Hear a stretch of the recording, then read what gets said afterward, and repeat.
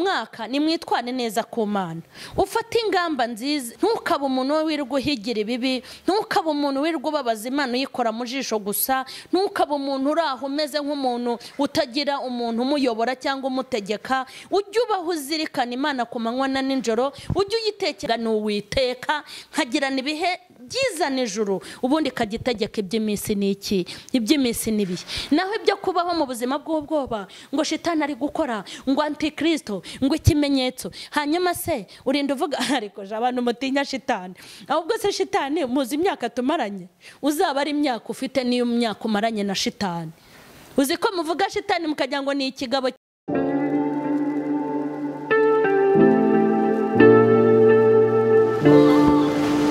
Yesu ashimwe. Nitwa Mukeshimana Emerita, zwi ku izina rya M.charlene.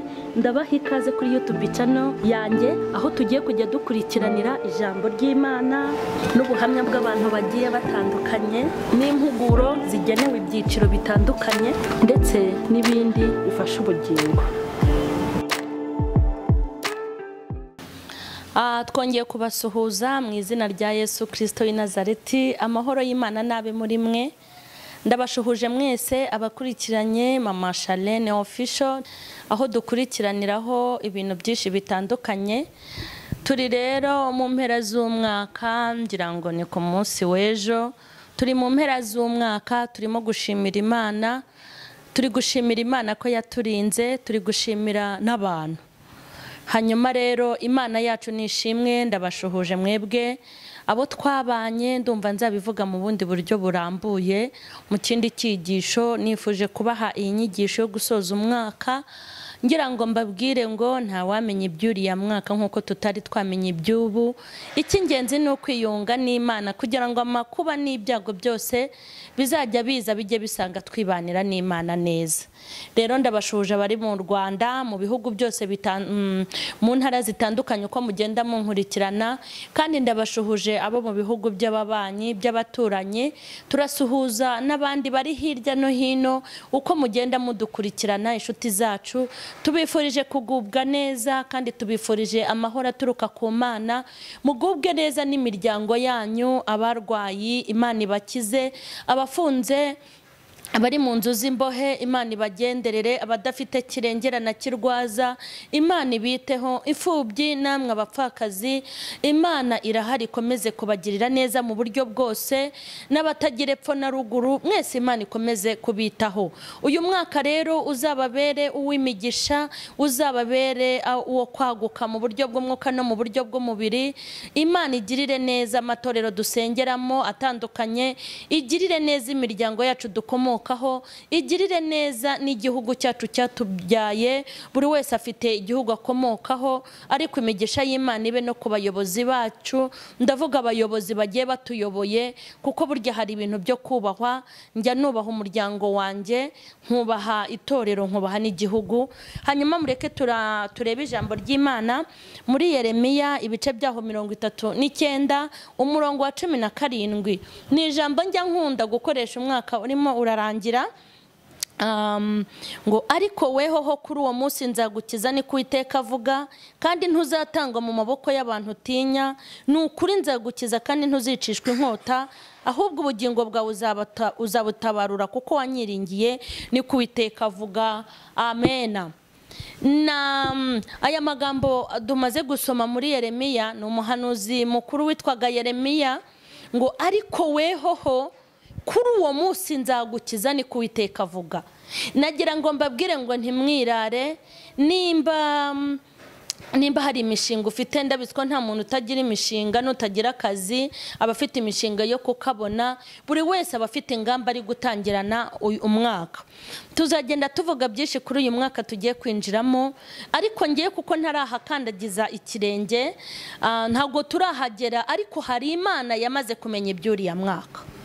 hari Imana yamaze kumenya iby'uriya mwaka, Imana yamenye ibyiza bizawubamo, imenya n'ibibi bizawubamo, Imana yamenye aho uzagura ikibanza, imenya aho uzagura inzu, Imana yamenye abazapfa muri uyu mwaka, imenya n'abazakira, Imana yamenye abazavuka, imenya abazafungwa, yamenye n'abazava muri gereza, yamenye abazakira, imenya n'abazakena, Imana yamenye abazakizwa, imenya n'abazagwa. Muri uyu mwaka, imipango y'uyu mwaka do Uwiteka ayifite gutya.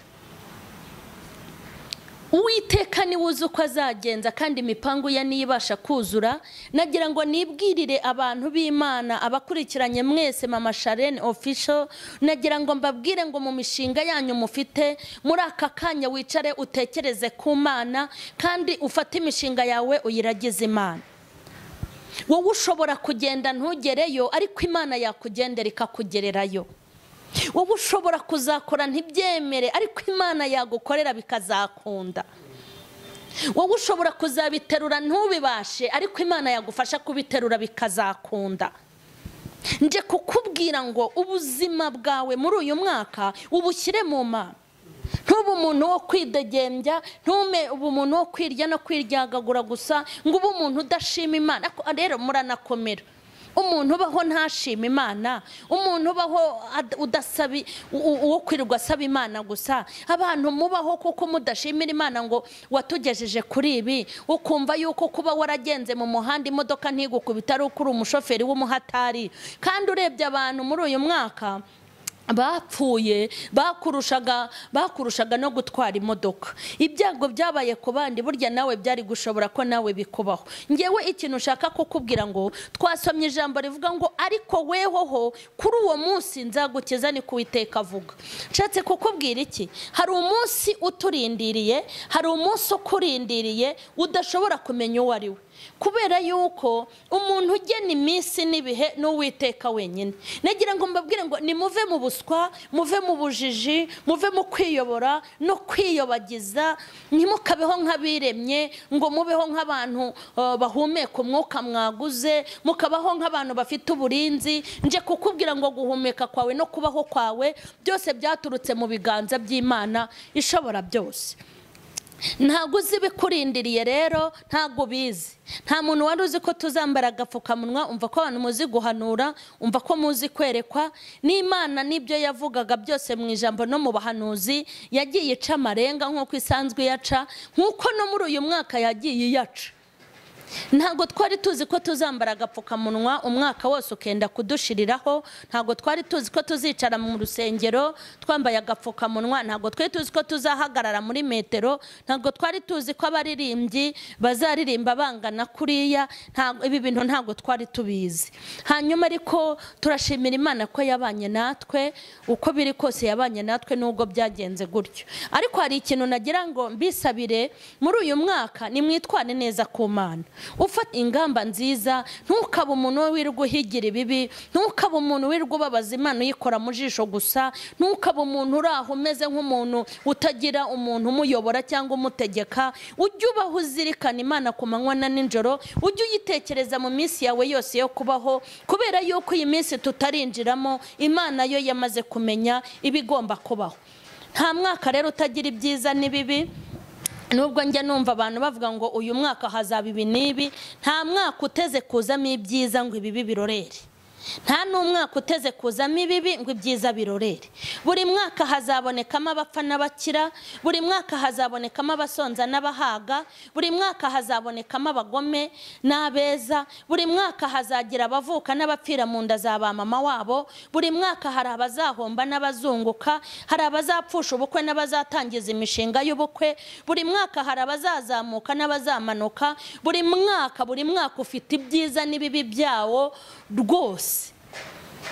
Hanyuma ariko icy'ingenzi nagushishikariza muri uyu mwanya, nagira ngo nkubwire ngo ntiwidegembye. Nta wamenya ibyo tuzinjirana nabyo muri uriya mwaka, ariko byaba ibyiza n'ibibi. Ndifuriza abantu kwiyunga n'Imana kugira ngo mubane n'Imana neza, izabashe gukontorora iby'iminsi n'ibihe. Ndimo ndasoza, dusomye ijambo rivuga ngo ariko wehoho kuri uwo munsi nzagukiza, ni Uwiteka avuga. Nkuba abantu mubaho mu buzima bw'ubwoba. mubaho mu buzima bw'ubwoba ngo twumvise ibiki, ngo hari n'abaherutse kumbaza mukozi w'Imana biriya bintu urabivugaho iki, nge hari ibintu bitandeba, iby'ibyago n'amakuba ntago bindeba, ibyiza n'ibibi ntago bindeba. Ikintu nshinzwe ndi kuri uyu mubumbe ndi muri iyi si ni ukubaha Imana nkayubahisha undi nkayikorera, wenda shitani azava ikuzimu bamuhambure agenze n'amaguru tujye dukubitana hariya muri Nyarugenge biramureba, wenda hazaza abadayimoni bikubye abazaga. Ikintu kindeba ni ukwiyunga n'Uwiteka nkagirana ibihe byiza n'ijuru, ubundi kagitegeka iby'iminsi n'iki, iby'iminsi n'ibihe. Naho ibyo kubaho mu buzima bw'ubwoba ngo shitani ari gukora, ngo antikristo, ngo ikimenyetso, hanyuma se urinda uvuga ariko abantu mutinya shitani. Ahubwo se shitani muzi imyaka tumaranye, uzaba ari imyaka ufite niyo myaka umaranye na shitani. Uzi ko muvuga shitani mukagira ngo ni ikigabo kibera ikuzimu gusa. Nagira ngo nkubwire ngo shitani muraturanye, shitani murakorana, shitani hari n'igihe murarana, shitani hari n'igihe mwicarana kuri moto, hari n'igihe gutwara kuri moto maze shitani, kandi nawe hari igihe umuheka kuri moto, hari igihe mwicarana muri kwasiteri, shitani hari igihe ujya kumuhahira, hari n'igihe nawe akubera umukiriya. Shitani akorera mu bantu, nta akorera mu biti. Ibintu byo kugira ubwoba ngo muri uyu mwaka ngo riri, reka nkubwire n'ibyo mutazi bizaza, n'ibitaraza bizaza. Turi kuri uyu mubumbe tuzabona ibibi byinshi. Wowe iyunge n'Imana. Imana niyo ibasha gucecekesha imisi igaceceka, Imana niyo ibasha gucecekesha ibihe bigaceceka, Imana niwe yabasha guhangana n'ubugome bwa shitani. Imana niyo, umva reka nkubwire, naho warya shitani ukamumira akaba mu nda yawe, Imana ishobora kumutegekeramo ntagira icyo agutwara. Ikintu mugomba gukora ni kimwe, nimushaka ubushuti bw'Imana mwikomeza kuyigomera. Urebe aya mezi ubayeho, urebe nuko wabanye n'Imana. Nimba waraguye nubyuke, nimba utarakizwa nukizwe, nimba utaramenya Imana nuyimenye, nimba wari mubi ba mwiza, nimba ufite imigambi mibi yireke. Naho ubundi ubwoba bwo ni mubyihorere, n'ibyo mutabwiwe bizaza, kuko turi mu isi dufashe igihe mu ntambara. Ariko ngo nta nuzabuza ibisitaza kuza, ariko ubizana ni uzabona ishyano. Hanyuma rero mbifurije gushaka ubushuti ku Mana. Ndumva aricyo nababwira mugomba kuzakora muri uyu mwaka, no gushaka ubushuti ku Mana. Ahantu hose birava byaratobotse, n'ibyo badoda bikomeza gucika, ariko nje kukubwira ngo aho Imana izakwicaza ntawe uzahaguhagurutsa, kandi Imana imyaka yakubariye ntawe uzayigabanya, n'umugisha Imana yagupangiye ntawe uzawukurayo. Kandi nje kukubwira ngo Imana niyo yabasha kwirukankana ababisha bawe, kuko ntushobora kubara umubare wabo, ntabwo ushobora kumenya inzira banyuramo. Imana ifatiye runini ubuzima bwawe. Mbifurije amahirwe masa rero yo kwiyunga n'Imana, kugira ngo ikomeze imenye iby'iminsi n'ibihe kuri mwebwe. Amahoro y'Imana nakomeze kubana namwe. Ndumva rero nshaka gusoza, ariko ndumva hari nabo navuga mu mazina, ariko ngiye kugerageza n'ukuri mbifurize umwaka mushya aho muri hose. Abo muri Amerika y'Epfo, abo muri Amerika ya ruguru, abo abi Burayi, abo muri Australia, mudukurikiranira muri, ndabizi ko mugenda mudukurikirana. Hari abantu benshi baza Gisenyi, hari abantu benshi bahantu ku Kibuye, hari ahantu bajya bita ngo ni muri Kongo Nili, ahantu najyaga njya kubwiriza ahantu hepfo cyane, ahantu kure, ariko twagiye tugirana ibihe byiza. Hari abantu bo ahitwa Murundoyi Epfiyo, Imana ibaha umugisha, ndabizi yuko mugenda munkurikirana. Hari abantu bo muri za Bwiza, aho ngaho Imana ibaha umugisha, mu Mutara, za Butare, hari inyanza aho mvuka, namwe ndabashuhuje cyane. Hariya za Muhanga, umva mbese mumbabarire aho ntageze naho ntashoboye, ariko umutima wanjye ugeze kure, nubwo kubivuga bigarukiye hafi. Rero ndasabira umugisha inshuti zanjye nyinshi cyane, namwe muri iyizi mwakomeje kubana nanjye muri uyu mwaka. Imana ibaha umugisha. Ndasabira umugisha rero abantu benshi, ndasabira umugisha abaganga, ndasabira umugisha abarimu, ndasabira umugisha abapolisi, kandi mbifuriza n'umwaka mwiza tugiye gutangira. Ndasabira umugisha abasirikare aho muri hafi na kure, aho muri mu bihugu mucunze umutekano. Ndasabira umugisha abari mu ishyamba rya Nyungwe, muri abantu bakomeye cyane. Naha tugeze mwabigizemo uruhare. Imana y'amahoro izabahe kwinjira muri uriya mwaka, izabazigama ikomeze ibane namwe, ibongerera ubushobozi n'ubwenge n'ububasha, kandi imbaraga n'amavuta bikomeze kuba muri mwebwe n'umuryango wanjye ahantu uri.